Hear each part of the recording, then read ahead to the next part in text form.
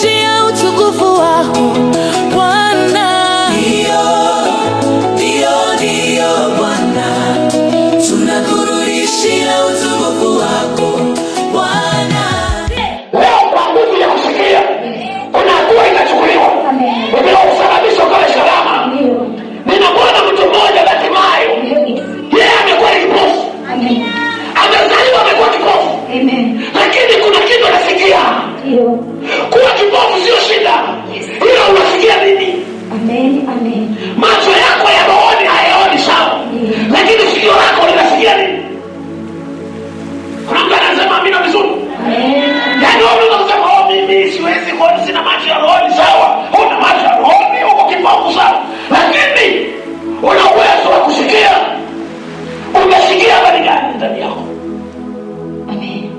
Kitu gani umesikia? Kile ulichokisikia kikasababisha muujiza. Nenda kesho leo kwa jina la Yesu. Haleluya. Umesikia habari za kwamba Yesu anaponya, tembea na Yesu. Umesikia kwamba Yesu anaokoa, tembea na Yesu.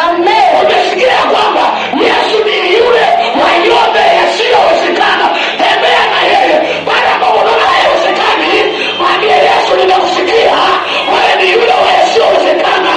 Sawa.